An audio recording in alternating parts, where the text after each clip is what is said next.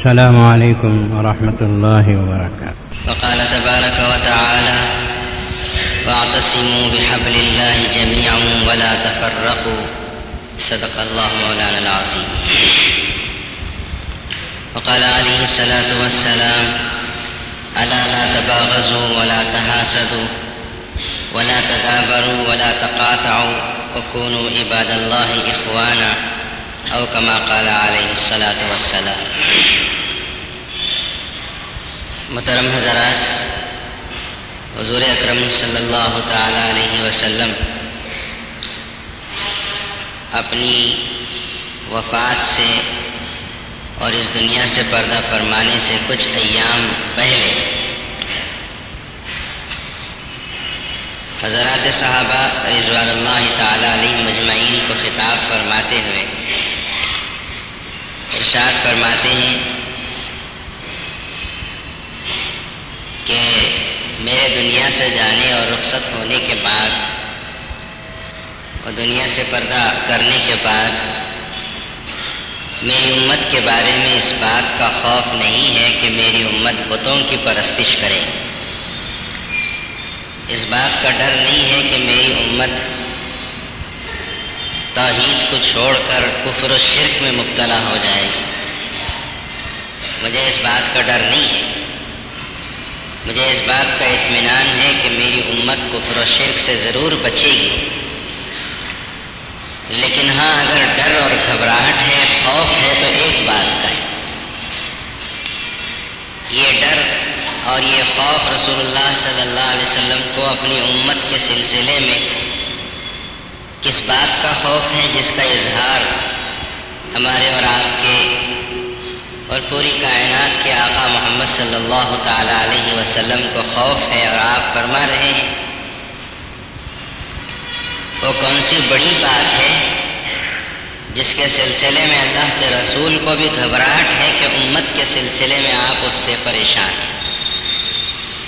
ہے نا. کوئی اہمیت والی بات، اور یقیناً یہ ایسی بات ہے کہ مسلمان کو چاہیے کہ اس کی طرف توجہ کرے کہ میرے آقا محمد صلی اللہ علیہ وسلم کو میرے بارے میں اس بات کا خوف نہیں ہے کہ میں بتوں کے سامنے سجدہ کرنا شروع کر دوں گا، اس بات کا ڈر نہیں ہے کہ میں کفر و شرک میں مبتلا ہو جاؤں گا. لیکن ہے ایک بات کا ڈر جس کا اظہار رسول اللہ صلی اللہ تعالی علیہ وسلم فرما رہے ہیں. میں تمہید کو طویل کیے بغیر آپ حضرات کو بتا دوں وہ کون سی چیز ہے جس کے سلسلے میں رسول خدا صلی اللہ علیہ وسلم کو گھبراہٹ تھی اپنی امت کے سلسلے میں. آپ علیہ الصلوۃ والسلام نے ارشاد فرمایا کہ وَلَٰكِن فِي التَّحْرِيشِ بَيْنَهُمْ. مجھے اگر میری امت کے سلسلے میں خوف ہے، گھبراہٹ ہے، تو وہ یہ اس بات کا خوف اور اس بات کی گھبراہٹ ہے کہ کہیں میری امت آپس میں لڑنے جھگڑنے اور اختلافات میں مبتلا نہ ہو جائے. یہ ہے جس کا ڈر میرے اور آپ کے آقا کے دل میں تھا کہ چھوٹے چھوٹے مسائل کو لے کر ظاہر ہے کہ شیطان ان کو لے جا کے ان مسلمانوں کو بتوں کے سامنے جھکا تو نہیں سکتا. کوئی مسلمان کتنا بھی گیا گزرا کیوں نہ ہو، اس سے اگر کہیں کہ پتھر کے سامنے سجدہ کر تو وہ تھوکے گا. یہ تو ایک حقیقت ہے. ایمان بہت بڑی نعمت ہے. میں نماز نہیں پڑھتا، قرآن نہیں پڑھتا، اس کا مطلب یہ نہیں کہ پتھر کے سامنے ڈنڈوت ماروں. اس بات کا خوف نہیں ہے رسول اللہ صلی اللہ علیہ وسلم کو، اور شیطان کو معلوم ہے کہ مسلمان کو میں چکا نہیں سکتا. لیکن اتنا ضرور ہے کہ شیطان ایک ایسی چیز ان کے درمیان پیدا کر دے گا جس کے بعد ان کی نمازوں، روزوں، دعاؤں، تلاوتیں سب بیکار ہو جائیں. اور وہ جس بات کا خوف تھا رسول اللہ صلی اللہ علیہ وسلم کو، آج سے 1400 سال پہلے رسول اللہ صلی اللہ علیہ وسلم نے خبردار کر دیا وَلَٰكِن فِي التَّحْرِيشِ بَيْنَهُمْ. مسلمانوں، جس بات کا مجھے ڈر ہے اس سے تم بچے رہنا، اور وہ بات جس سے مجھے ڈر ہے اور خوف ہے وہ یہ ہے کہ تم کہیں آپس میں چھوٹی چھوٹی باتوں میں اختلافات کرنے بیٹھو، آپس میں جھگڑا کرنے بیٹھو، چھوٹے چھوٹے مسائل کو لے کر ایک دوسرے کا گریبان پکڑنے لگو، ایک ایک دوسرے کے خون کرنے لگو، ایک دوسرے کے لیے صف آرا ہو جاؤ کہ میں اس اسٹیج سے اس کو برا بھلا کہوں اور اس اسٹیج سے وہ مجھے برا بھلا کہے۔ ہمارے اور آپ کے اور پوری کائنات کے آقا محمد صلی اللہ علیہ وسلم کو اسی بات کا ڈر تھا، اور ہم ایسے بیوقوف ہیں کہ اسی بات میں پڑے ہوئے۔ یہ اختلاف اور یہ جھگڑا، نا اتفاقی، تفرقہ، آج آپ محسوس فرمائیں گے کہ ایک گھر کی چھت کے نیچے دو بھائیوں کے درمیان بھی ہے، ایک گھر کی چھت کے نیچے باپ بیٹے اور باپ بیٹی کے درمیان ہے، ایک گھر کے چھت کے نیچے میاں بیوی اور شوہر اور بیوی کے درمیان ہے۔ آپ محسوس کریں گے کہ یہ اختلاف اور یہ جھگڑا ایک محلے میں رہنے والے مسلمانوں میں ہے، اڑوس پڑوس کے مسلمانوں میں ہے۔ یہی اختلاف اور یہ جھگڑا دو محلوں کے درمیان بھی ہے، ایک شہر میں رہنے والے مختلف قسم کے محلوں میں ہے۔ ارے یہ شہر تو کیا، چھوٹا سا وہ قریہ جہاں گنتی کے 10 اور 15 اور 20 مکان ہوں گے، وہاں بھی یہ جھگڑا پایا۔ جس بات کا ڈر رسول اللہ صلی اللہ علیہ وسلم کو تھا، آج ہر محلے میں ہے، ہر گھر میں ہے، ہر چھوٹے بڑے گاؤں میں۔ اس سے بڑی بدقسمتی کی کیا بات ہوگی؟ جس چیز کی طرف رسول اللہ صلی اللہ علیہ وسلم نے اشارہ فرما دیا تھا انگلی اٹھا کے، وہی چیز ہم اپنی زندگیوں میں داخل کریں۔ آیا سمجھ میں؟ کس بات کا خوف تھا ہمارے رسول صلی اللہ علیہ وسلم، اور وہ چیز ہم نے چھوڑ رکھا ہے یا اپنی زندگی میں داخل کر لیا ہے؟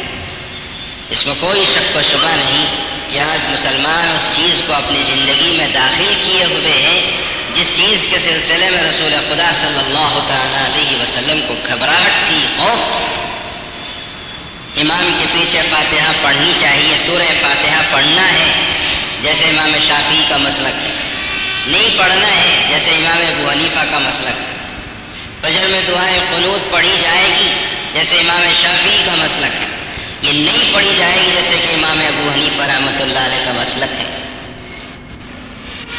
اسے لے کے ہم جھگڑ رہے ہیں، حالانکہ رسول اللہ صلی اللہ علیہ وسلم نے فرمایا اختلاف امتی رحمہ، میری امت میں جو مسائل کا اختلاف ہوتا ہے یہ رحمت ہے، باعث زحمت نہیں ہے، یہ رحمت کا سبب ہے۔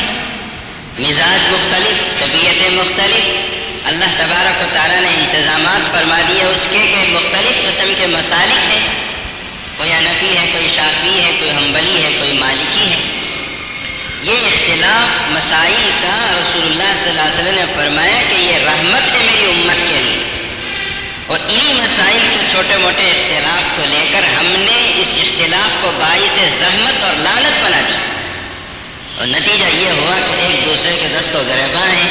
اخبارات میں پڑھتے چلے جائیے، کسی مسئلے کے سلسلے میں دو مسلمان آپس میں لڑ بیٹھے، دو گروپوں میں جھگڑا ہو گیا، یہ لڑنے والے بھی مسلمان، یہ لڑنے والے بھی مسلمان، اور بنیاد کیا ہے؟ چھوٹی سی بات یا چھوٹا سا مسئلہ۔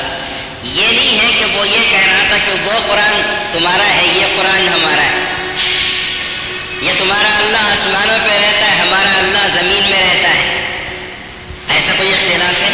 سب کا خدا یہ، سب کا کعبۃ اللہ یہ، سب کے پیغمبر محمد صلی اللہ علیہ وسلم، ساری چیزیں جو بنیادی ہیں وہ ایک ہی ہیں، پھر بھی مسلمان ایک دوسرے کا گریبان پکڑے ہوئے۔ وہی چیز ہے جس کی طرف رسول اللہ نے اشارہ کیا تھا کہ وَلَٰكِن بِالتَّارِيخِ بَيْنَهُمْ، یاد رکھو ایک زمانہ ایسا آئے گا کہ چھوٹی چھوٹی باتوں کو لے کر تمہارے درمیان شیطان جھگڑا ڈالنے کی کوشش کرے گا۔ خدارا ان چیزوں کو الگ کر کے آپس کے بغض کو دور کرو۔ اسی لیے تو قرآن مجید نے نصیحت کی وَاعْتَصِمُوا بِحَبْلِ اللَّهِ جَمِيعًا وَلَا تَفَرَّقُوا، مسلمانوں تم سب مل کر اللہ کی رسی کو مضبوطی سے تھام لو، وَلَا تَفَرَّقُوا، آپس میں پھوٹ نہ ڈالو۔ کتنی واضح نصیحت ہے قرآن کی، سنیے، وَلَا تَفَرَّقُوا، آپس میں پھوٹ نہ ڈالو، اللہ کی رسی کو تم سب مل کر مضبوطی سے تھام لو۔ پوچھا گیا یا رسول اللہ صلی اللہ علیہ وسلم یہ حبل اللہ کیا ہے؟ اللہ کی رسی کو مضبوطی سے تھامنے کا جو حکم ہوا، یہ حبل اللہ کہاں ہے؟ یہ اللہ کی رسی کہاں لٹک رہی ہے جسے پکڑنے کا اللہ تعالیٰ حکم دے رہا ہے؟ پیغمبر خدا صلی اللہ علیہ وسلم نے فرمایا، بڑی مشہور اور صحیح حدیث ہے، آپ علیہ الصلوۃ والسلام فرماتے ہیں القرآن هو حبل اللہ المتین، یہ قرآن مجید ہے جو اللہ کی مضبوط ترین رسی ہے کہ جسے جو تھامے گا اس کے بعد گمراہ ہونے کا سوال نہیں۔ اس مضبوط رسی کو جو تھام لے گا اس کے بعد گمراہ ہونے کا کوئی سوال نہیں باقی ہے۔ اب مسلمان قرآن کو تو مانتے ہیں، حدیث کے بارے میں بھی اگر کہا جائے تو سر جھکاتے ہیں، لیکن دل سے مانتے نہیں، دل سے سر نہیں جھکاتے۔ اگر دل سے مانتے تو یہ چھوٹے موٹے جھگڑے کیوں پیدا ہو؟ یاد رکھیے، چھوٹے چھوٹے مسائل کو ایک طرف رکھ کر مسلمانوں کا اتفاق اور اتحاد، مسلمانوں کی محبت اللہ کو اتنی پسند ہے کہ اس کے مقابلے میں اگر کوئی چھوٹا موٹا نیک کام بھی چھوٹ جائے تو اللہ پکڑیں گے نہیں۔ آپ کو شاید یاد ہو، میں نے ایک مرتبہ اسی ممبر سے آپ کو عرض کیا تھا کہ رسول خدا صلی اللہ تعالیٰ علیہ وسلم ایک مرتبہ حضرت عائشہ رضی اللہ تعالیٰ عنہ سے فرماتے ہیں کہ عائشہ، یہ جو کعبۃ اللہ ہے، کعبۃ اللہ کی 4 دیواریاں ہیں۔ ایک زمانہ تھا حضرت ابراہیم علیہ السلام نے جب کعبۃ اللہ بنایا تھا تو اس کی دیواریں حتیم کعبہ تک تھی۔ حتیم کعبہ جو گول دائرہ آپ تصویروں میں دیکھتے ہیں، وہاں تک کعبۃ اللہ کی دیوار تھی اور وہ پورا حصہ کعبۃ اللہ میں شامل تھا۔ اور حضرت ابراہیم علیہ السلام نے کعبۃ اللہ کے 2 دروازے رکھے تھے، ایک میں داخل ہو، دوسرے سے باہر نہ۔ خاندان قریش جب متولی بنتا ہے حضور صلی اللہ علیہ وسلم کی تشریف لانے سے پہلے، تو خاندان قریش نے اس کو کعبۃ اللہ کو تھوڑا سا تبدیل کر دیا۔ انہوں نے ایسا کیا کہ کچھ حصہ کعبۃ اللہ سے نکال کے دیواریں چھوٹی کر دی، لیکن اللہ نے اس حصے کو باقی رکھا، حتیم کعبہ کی شکل ہے کہ یہاں تک کعبۃ اللہ کی زمین ہے۔ اور دوسرا یہ کیا کہ 2 دروازوں میں ایک دروازے کو بند کر دیا، دوسرے دروازے کو قفل لگا کے تالا لگا دیا، جس کے بارے میں ہم چاہیں گے وہی کعبۃ اللہ کے اندر جائے گا، ہر آدمی نہیں جائے گا۔ یہ خاندان قریش نے کیا تھا۔ حضور پاک صلی اللہ تعالیٰ علیہ وسلم ارشاد فرماتے ہیں، میری خواہش ہوتی ہے کہ میں بھی کعبۃ اللہ کو اسی طرح سے بنا دوں جیسا ہمارے جد امجد حضرت ابراہیم نے بنایا تھا، لیکن میں اس لیے بنانا نہیں چاہتا کہ کہیں یہ لوگ جو ایمان قبول کر کے آئے ہیں کہیں بدعت نہ جائیں، کہیں آپس میں اختلاف نہ پیدا ہو جائے۔ اندازہ لگائیے، حضور رسالت مآب صلی اللہ تعالیٰ علیہ وسلم بھی اسی اختلاف اور اسی جھگڑے سے بچنے کے لیے کہ کہیں اس مسئلے کو لے کر آپس میں دست و گریباں نہ ہو جائے، اعتراضات کی سلسلہ نہ شروع ہو جائے، آپ علیہ السلام فرماتے ہیں کہ کعبۃ اللہ کا جہاں تک زمین تھی اس کی تو نشاندہی ہو گئی ہے، اس کو ایسے ہی باقی رکھا، اب بھی ہے، قیامت تک اسی طرح باقی رہے۔ اصل میں یہ اللہ تعالیٰ کو پسند نہیں ہے کہ مسلمان آپس میں جھگڑیں، لڑیں، ایک دوسرے کے گریبان پکڑیں، ایک دوسرے سے مناظرے کرتے پھریں، یہ اللہ کو پسند نہیں ہے۔ اللہ تبارک و تعالیٰ کو پسند یہ ہے کہ ایک مسلمان دوسرے مسلمان کو دیکھ کے مسکرائے، اللہ کی طرف سے صدقے کا ثواب ملتا ہے۔ راستہ چلتے ہوئے کوئی تکلیف دینے والی چیز ہٹا دیا، یہ سوچ کر کہ کوئی انسان اس کے اوپر پیر رکھ کے تکلیف نہ اٹھائے، گرے نہیں، اللہ تعالیٰ کی طرف سے صدقے کا ثواب ملتا ہے۔ چنانچہ ایک طرف تو عام انسانوں کا قصہ، حضور صلی اللہ تعالیٰ علیہ وسلم نے ارشاد فرمایا، کافر، مومن، مشرک، یہودی، سب، حتیٰ کہ ہاتھی سے لے کر چونٹی تک کا جانور، الخلق حیال اللہ واحب الخلق الی اللہ من احسن الی عیالی، یہ ساری مخلوق اللہ تبارک و تعالیٰ کا کنبہ ہے، اللہ کا خاندان ہے، یا یوں سمجھیے اللہ کی فیملی ہے، اور اس میں سب سے بہترین شخص وہ ہے جو اللہ کی مخلوق کے ساتھ اچھا سلوک کرتا، اللہ کی مخلوق کے ساتھ اچھا سلوک کرتا۔ حضرت امام غزالی رحمۃ اللہ علیہ کو کسی نے خواب میں دیکھا، پوچھا اللہ نے کیا کیا؟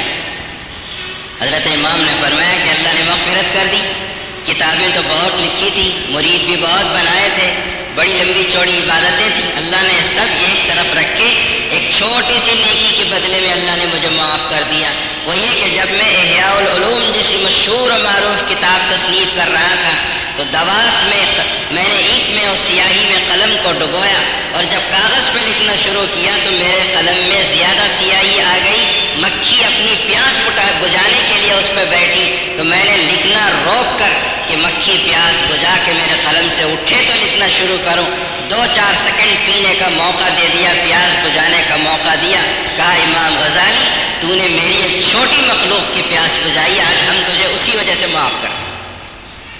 الخلق عیال اللہ، اللہ کی مخلوق کے ساتھ اچھا سلوک کرو، یہی تو بڑی نیکی۔ ادھر نماز پڑھو ادھر جا کے چاقو چباؤ تو کیا فائدہ؟ یہاں نمازیں پڑھو، ہاتھ میں تسبیح کے دانے لے کے ڈھکیلو، قرآن بھی پڑھو، انفرادی اعمال کرو، دکانوں میں بیٹھ کے دوسروں کو دھوکہ دو، یہ دوسروں کے لیے حسد و بغض پیدا کرو، یہ اللہ کو پسند نہیں، ایسی عبادتوں میں کوئی فائدہ نہیں، کوئی مزہ نہیں۔ ایک طرف تو یہ فرمایا الخلق عیال اللہ، ساری مخلوق اللہ تبارک و تعالیٰ کا کنبہ ہے، اس میں سب سے بہترین وہ ہے کہ جو دوسرے مخلوق کے ساتھ اچھا سلوک برتتا، اور دوسری طرف مسلمانوں کے بارے میں حضور صلی اللہ علیہ وسلم نے جو فرمایا وہ تو بعد میں، پہلے قرآن مجید کی آیت میں آپ کو بتاؤں انما المؤمنون اخوۃ فاصلحوا بین اخویکم، سارے مومن آپس میں ایک دوسرے کے بھائی ہیں، اگر آپس میں کچھ تفرقہ، کوئی مسئلہ، کوئی ایسی بات پیش آ جائے جس کی وجہ سے آپس میں جھگڑے پیدا ہوتا ہے، انسانی فطرت ہے، کبھی خون گرم ہوتا ہے، کبھی غصہ آ جاتا ہے، کبھی ناراضگی کے عالم میں آ جاتا ہے، فاصلحوا بین اخویکم، تمہیں چاہیے کہ جھگڑا کر کے آپس میں حسد و بغض پیدا کر کے ایک دوسرے سے لڑتے پھرو، جھگڑتے پھرو، مناظرے کرتے پھرو، پریشانیاں اٹھاتے پھرو، فاصلحوا بین اخویکم، اپنے بھائیوں کے درمیان اصلاح کا رویہ اختیار کرو، دلوں کو پاک کر لو، قصہ ختم۔ واتقوا اللہ، اللہ سے ڈرو، فاصلحوا بین اخویکم واتقوا اللہ لعلکم ترحمون، اللہ سے ڈرو اس سلسلے میں تاکہ تمہارے اوپر اللہ کی رحمت اترے۔ اب یہ آیتوں، یہ حدیث کو رکھ کے ہم اپنی زندگی پہ غور کریں، ہماری زندگیاں کیسے گزر رہی؟ بڑا بھائی چھوٹے بھائی کے مخالف، چھوٹا بھائی بڑے بھائی کے مخالف، اور چھوٹی چھوٹی باتوں کو لے کر ایک دوسرے کے خلاف صف آرا، ایک دوسرے کے لیے حسد و بغض، ایک دوسرے کے لیے برائی کا جذبہ، ایک دوسرے کے لیے بدخواہی کا جذبہ، حالانکہ رسول اللہ صلی اللہ علیہ وسلم نے فرمایا، روایت موجود ہے، بیان رسول اللہ صلی اللہ علیہ وسلم علی اقام الصلاۃ و ایتاء الزکاۃ والنصح لکل مسلم، حضور صلی اللہ علیہ وسلم سے صحابہ فرماتے ہیں ہم نے اللہ کے رسول کے ہاتھ پر بیعت کی، نماز کے قائم کرنے، زکوٰۃ کے دینے اور ہر مسلمان کے لیے خیر خواہی کے جذبے رکھنے کے لیے ہم نے بیعت کی۔ صحابہ نے کیا بیعت کی؟ ہم کو بھی بیعت کرنی ہے رسول اللہ صلی اللہ علیہ وسلم کے دستیاب، کرتے نہیں کرتے؟ نماز پڑھو، زکوٰۃ دو اور ہر مسلمان کے لیے خیر خواہی کا جذبہ رکھو۔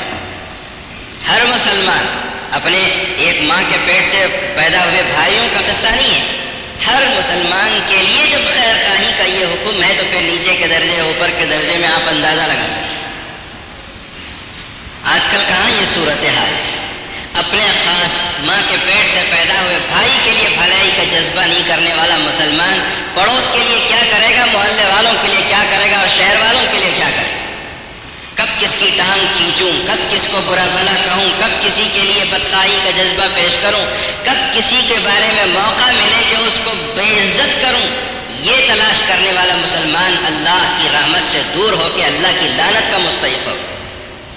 آج پوری دنیا کا حال آپ دیکھیے، ایک بیت المقدس ہے جس کے اندر ہزاروں انبیاء کرام علیہ السلام نے نمازیں پڑھی، جس میں رسول اللہ صلی اللہ علیہ وسلم نے شب معراج میں امامت فرمائی۔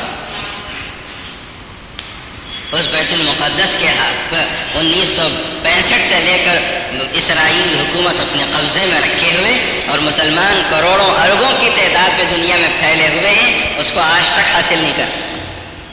کیا سبب ہے اس کا؟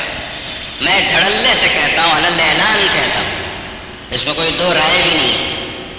یہ مسلمانوں کا عمل درست نہیں، مسلمانوں میں اتفاق اور اتحاد نہیں، اسی وجہ سے مسلمانوں کے ہاتھ میں نہیں آ پا رہا۔ ایک شاہ فیصل مرحوم نے کہا تھا، جن کو گولیوں سے بھون کے ختم کر دیا تھا، انہوں نے کہا کہ میں اس وقت تک المقدس میں نماز ادا نہ کر لوں۔ اس کا مطلب یہ تھا کہ مسلمانوں کے ہاتھ میں آئے اور میں آزادانہ اس میں نماز پڑھوں، اس وقت تک چین سے نہیں بیٹھ سکتا۔ ان کی زبان سے ایک اس طرف نکلا اور ان کو شہید کرنے والا خود کلمہ پڑھنے والا ایک مسلمان ان کے خاندان کا آدمی، یاد ہے اخبارات میں آپ نے پڑھا ہو۔ تو مطلب یہ ہوا کہ ہم میں اتحاد نہیں، اتفاق نہیں، کہاں سے ملے گا بیت المقدس؟ ہم آپس میں ایک نہیں، متحد نہیں، متفق نہیں، اور ایک دوسرے کی ٹانگ کھینچنے میں لگے ہوئے ہیں۔ اللہ تبارک و تعالیٰ کی رحمت ان لوگوں کو نہیں ملا کرتی جن کے درمیان جھگڑے اور اختلافات ہوتے۔ حضور صلی اللہ علیہ وسلم تشریف فرما تھے، صحابہ کرام کی ایک جماعت بیٹھی ہوئی تھی، آپ علیہ الصلوۃ والسلام نے فرمایا اس وقت اللہ کی رحمت جو ہم پہ نازل ہوتی تھی وہ رک گئی۔ ایک شخص آگے اس میں بیٹھ گیا مجلس میں، ان کی وجہ سے مجلس رسول پہ اترنے والی رحمت رک گئی۔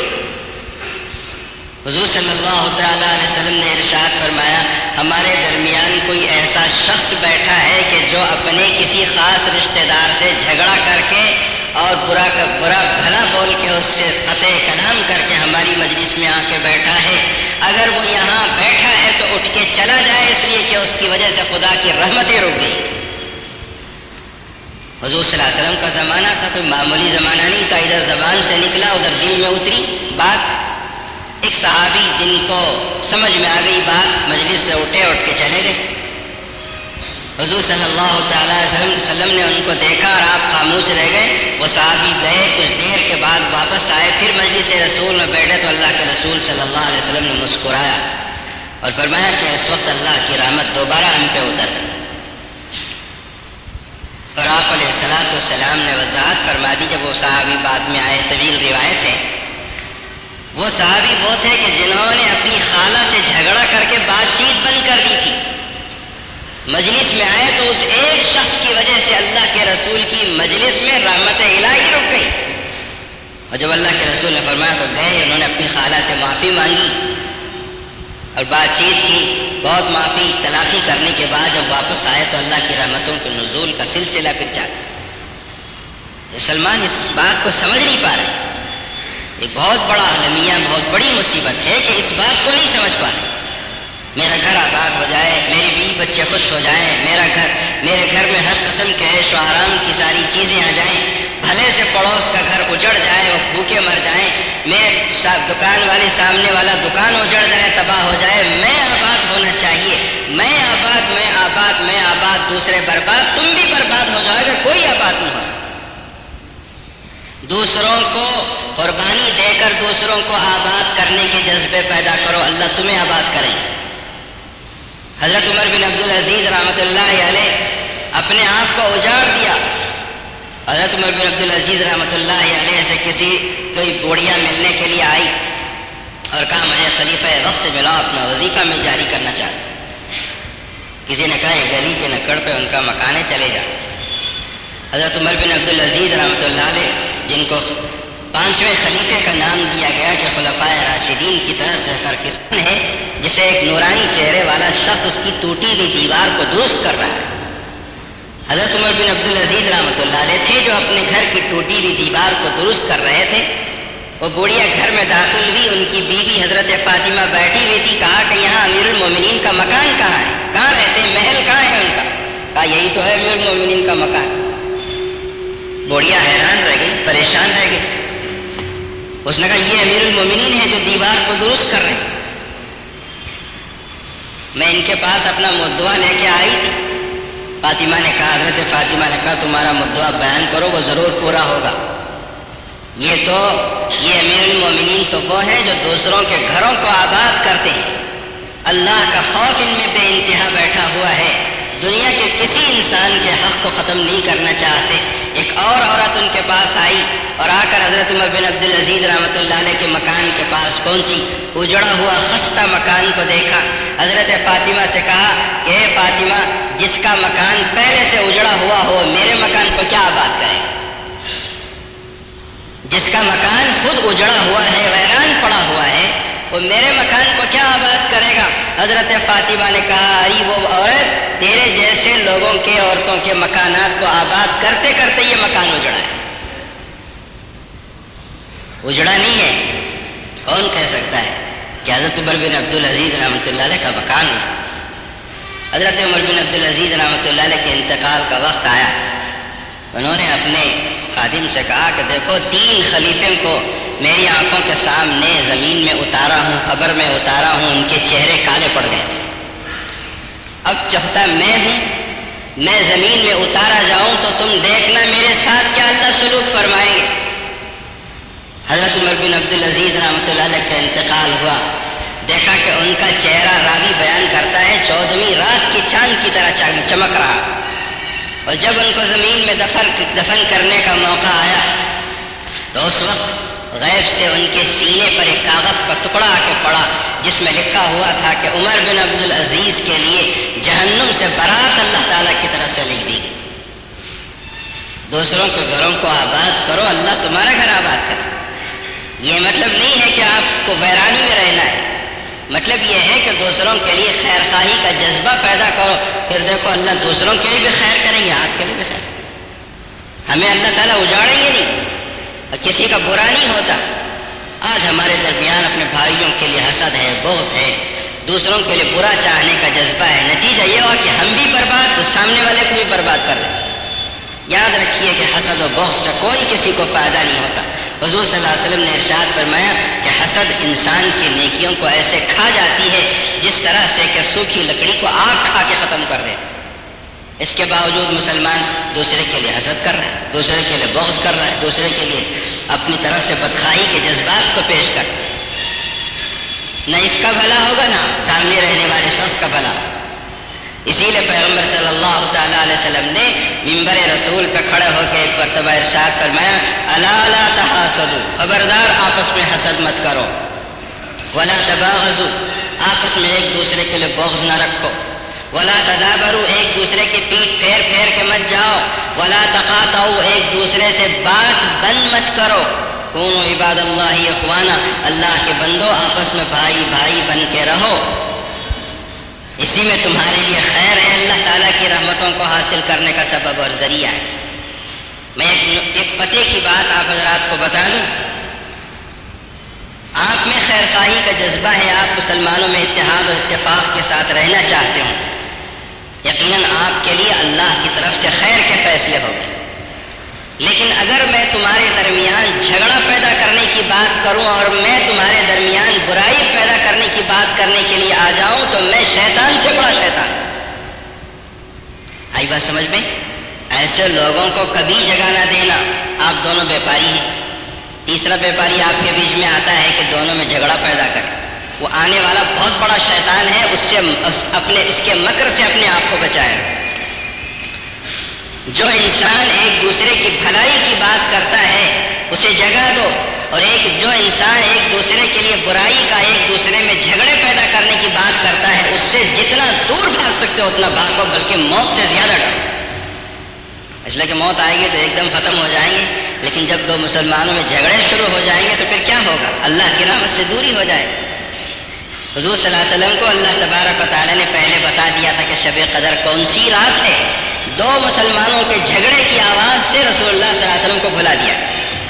بخاری کی روایت آپ نے بار بار سنی، ہر رمضان میں سنتے، اور حضرت امام بخاری نے فرمایا، لکھا کہ جھگڑے کی نحوست اتنی بڑی نحوست ہے کہ اس سے خدا کی رحمتیں سے دور ہوتی ہے۔ رسول اللہ صلی اللہ علیہ وسلم کو شب قدر کی تعین اللہ نے بولا دی، الا لا تحاسد ولا تباغض ولا تدابر کونوا عباد اللہ اخوانا، اپنے دلوں کو ٹٹولو، اپنے دل میں جھانک کے دیکھو، اس دل میں کسی کے لیے برائی ہے، کسی کے لیے برائی حسد ہے، کسی کو بدخواہی کا جذبہ ہے، آج ہی اسے دھو دو اور پاک کر دو۔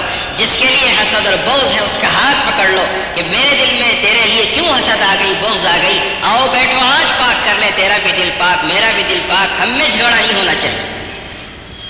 آج ہمارے گھروں میں رحمت کیوں نہیں، ہمارے گھروں میں برکتیں کیوں نہیں؟ اس وجہ سے کہ ہم میں اتحاد نہیں، اتفاق نہیں۔ بڑے سے بڑی غلطی کرنے والا مسلمان ہمارے ماحول میں ایسے گھومتا پھرتا ہے کہ جیسے اس نے کوئی غلطی نہیں۔ کسی نے اپنی بیوی کو جلا کے مار دیا اپنے پیسے کے بل بوتے پہ ہمارے درمیان عزت سے، کسی نے قوم کے پیٹھ میں چھرا گھونپ دیا، اسے کوئی کچھ نہیں کر پا رہا ہے۔ حالانکہ مسلمانوں میں اگر اتفاق اور اتحاد ہوتا، اتفاق کے ساتھ مسلمان اگر رہتے تو ایک انسان ایسا جس نے اپنی بیوی کو جلا دیا، اپنی بیوی کو جان سے مار دیا، اس کا سماجی بائیکاٹ کر دیتے تو ایسا دوبارہ کسی کو کرنے کی ہمت نہ ہوتی۔ غلط ہے میری بات؟ نہیں، آئے دن چلتا رہتا ہے۔ اس کا سبب یہ ہے کہ ہم مسلمان متحد ہو کر کوئی بھی اچھا کام نہیں کر پا رہے ہیں، نہیں کر سک رہے ہیں، جس کی وجہ سے برائیوں کو بڑھاوا ہی بڑھاوا ملتا چلا جا رہا ہے۔ برائیوں کو بڑھاوا مل رہا ہے، مارنے والا خوش ہے، برا کام کرنے والا خوش ہے، مجھے کون پوچھے گا؟ کوئی اتحاد نہیں، کوئی متفق نہیں، کوئی طاقت نہیں۔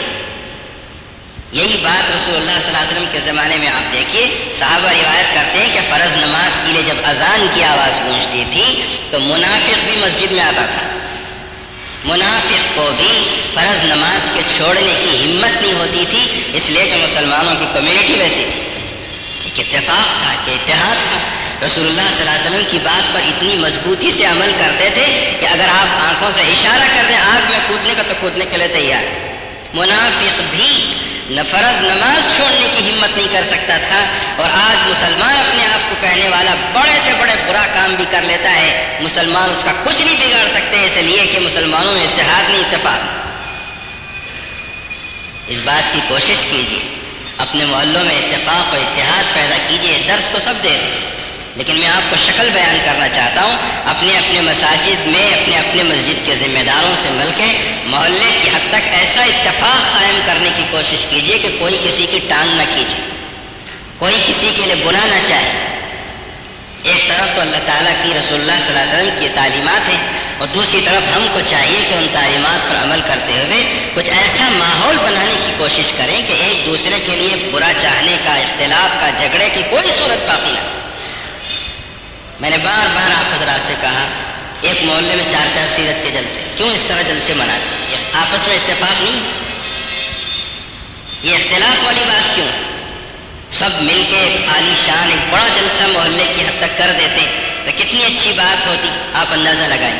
نہیں، میں میری 1.5 اینٹ کی الگ مسجد بناؤں گا، وہ اپنی الگ 1.5 اینٹ کی مسجد بنائے۔ اس سے فائدہ ہی ہوتا ہے، اس سے نقصان ہوتا ہے۔ اتفاق کے ساتھ جو کام کیا جاتا ہے اس میں اللہ کی طرف سے برکتیں آتی۔ اختلاف کے ساتھ آپ کتنا بھی بڑے سے بڑا کام کر لیں، اللہ کی طرف سے اس میں رحمتیں نہیں آتی۔ حضرات صحابہ نے اپنی زندگیوں میں یہ ثابت کر دیا، متحد و متفق 313 صحابہ نے ہزاروں کفار کے قدم اکھیڑ دیے، اور آج کروڑوں مسلمان ہونے کے باوجود ایک بیت المقدس کو اپنے ہاتھوں میں نہیں لے سکے۔ یہ ایک دنیا کی تاریخ ہے جسے رکھ کر مسلمان اپنی زندگی کے اوپر فیصلے کر سکتا ہے۔